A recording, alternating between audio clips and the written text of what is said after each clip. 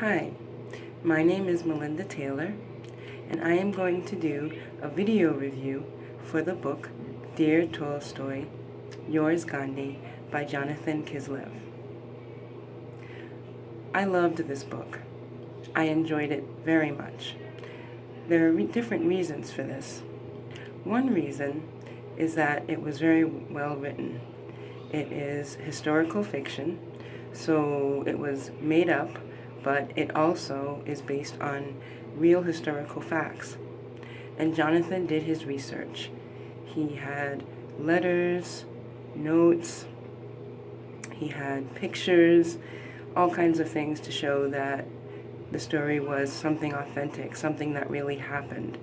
But he also used his imagination and writing skill to bring the story to life in a fictional way to make it interesting and to make people want to read it. This is not a piece of history that I was aware of, that there was a connection between these two great historical figures, Tolstoy and Gandhi. But I ended up being just as interested as Jonathan when I started reading the book, and throughout the entire reading.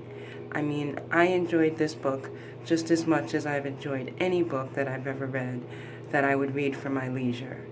It was that good. Jonathan has a way of bringing the characters to life. He gets you in their head, he gets you in their psyche, he gets you so involved in the story that you can't wait to find out what's going to happen next. And he did such a good job of going in between different time periods. The whole story happened within the late 1800s, early 1900s, and Jonathan very skillfully went back and forth between what was going on with Tolstoy, what was going on with Gandhi. You got to know about Tolstoy's family, you got to know about Gandhi's family, you got to meet some of their friends. You got to know about a lot of the very intimate and close relationships that the two had with their loved ones. And, the good, the bad, the ugly, and everything in between.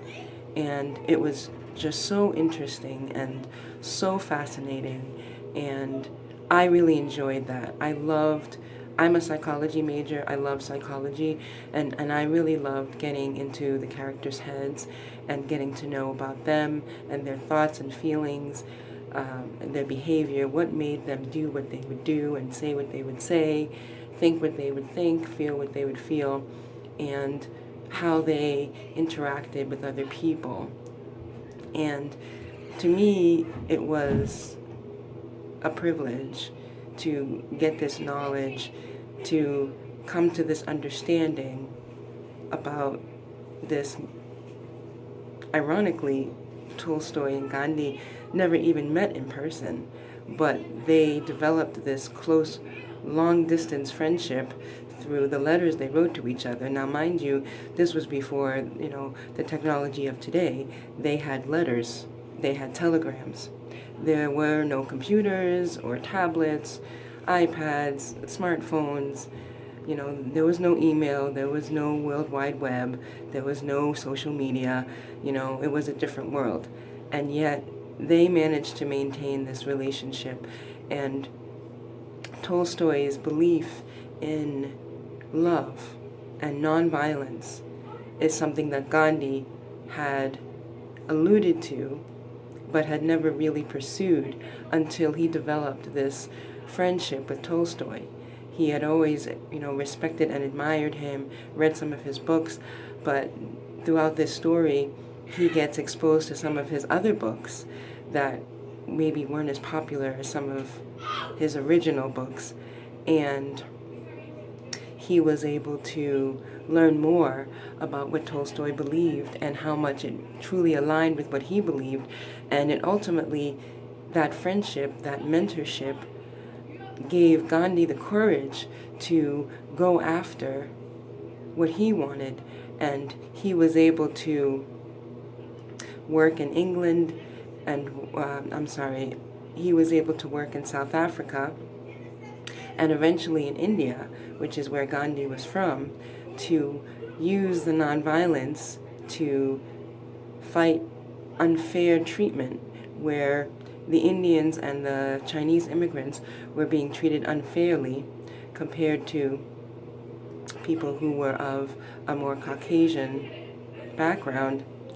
They were able to fight injustice against Chinese and Indian immigrants, practicing nonviolence, even though it meant that Gandhi and others spent time in jail. And, it wasn't always easy to have that fight and to convince other people that nonviolence was a better way in the long run, even if it didn't have the immediate gratification of the results they wanted. And later on, Gandhi was able to use those same principles in India.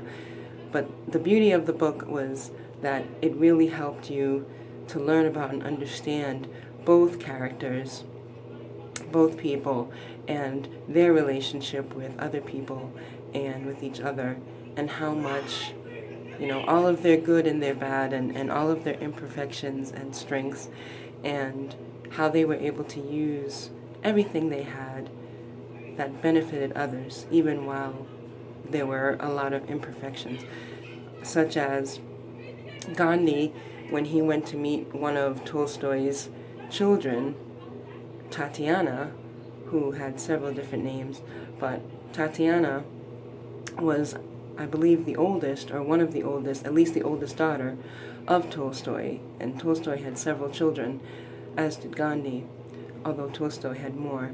But Gandhi had a chance to go and meet with Tatiana after Tolstoy's death, and found out that Tolstoy, though he spoke of all this love, was better at showing love to people he didn't know than to his family. And, it was an eye-opening thing for Gandhi, who had, assumed that, all of his relationships would be so loving because of how he wrote about love. And Tolstoy was even excommunicated from the church, from the Catholic Church, because of some of his strong beliefs and how he felt that the church had turned away from nonviolence, which is what Jesus believed in and Jesus preached. And it was very interesting, and his ideas were very radical at the time. And it's just amazing what a friendship, even a long-distance friendship, a long-distance mentorship can do. And it's amazing what you can learn from reading some good historical fiction by a great author. I loved the book. I enjoyed the book. I enjoy working with Jonathan, and I think that this is a book that other people definitely would want to read if you have ever wanted to know more about Tolstoy or Gandhi or both, or if you ever knew that they had a relationship, a friendship, or if you were to find out that they did and then you became curious to know more. This is a book worth reading. I guarantee that you would enjoy it. Thank you.